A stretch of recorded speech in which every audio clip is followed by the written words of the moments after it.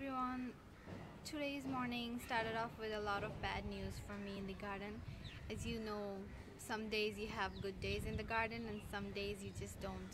So I'm just gonna show you what's happening in my garden these days.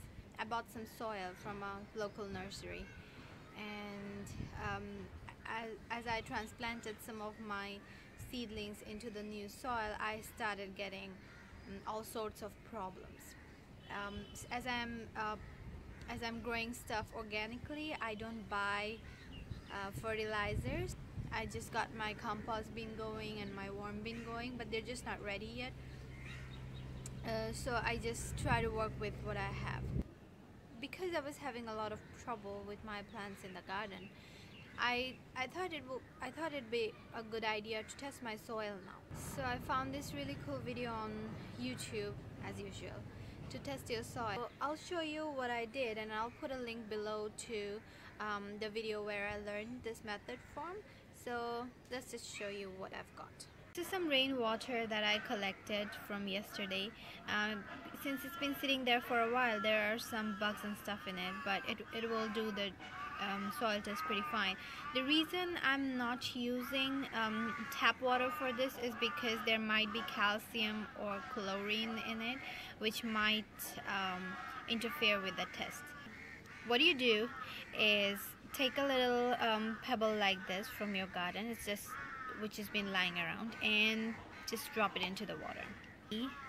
That this piece of pebble is, I'm not sure if you can see this right, it's readily dissolving, which shows, see, in a matter of minutes it will be just like dissolved, like aspirin. Oh my god.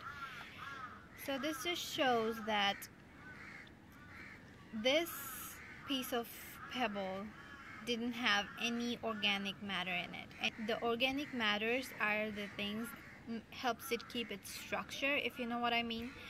And it was just the bad news for me. So this just means I have to get, cracking with my compost bin and put a lot of organic matter in my soil. I'm trying to amend this soil by just making up all sorts of goos and stuff and potions and everything, but it's just gonna take a while before I can get a good quality soil. And another bad news today is I found out my pepper plants, they were not doing really good. So I'm just gonna go and show you what they're doing. So these are my pepper plants. They started out fine, but I've been having yellow leaves, and I'm not sure if you can see this. I'm having a really bad time with this camera as well.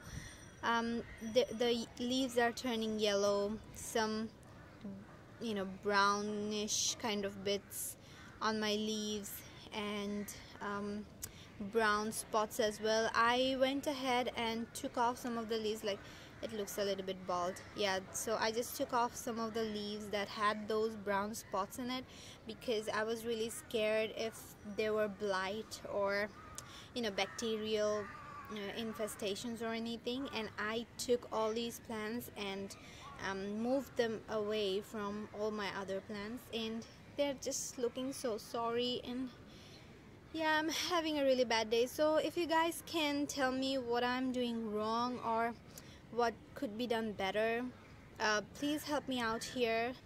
I'll just end this video with a couple of brighter notes. So I planted my pak choys a couple of days ago. The seedlings came out. I don't know what's up with this one. It just decided to grow bigger than all of them, even though I planted them the same day. This is just an old shoebox that I found lying around, and I also planted some wheatgrass, some other varieties of pak choi, and some bull's blood beetroot, and some tomatoes as well, but I'll just have to show them to you when I have some germination going on here. I hope you have a good day, and this is just part of my journey. Some days I have good days in my garden, some days I just struggle, It's gonna take a little while before I can move through my garden, if you can call this a garden, with more poise. But for now, I'll just have to struggle and make my way through this. I hope you enjoyed this video, and please do share with me if you have any tips and tricks on those pepper leaves. I also have my basil plant looking like sorry and yellowish leaves and kind of stunted kind of growth.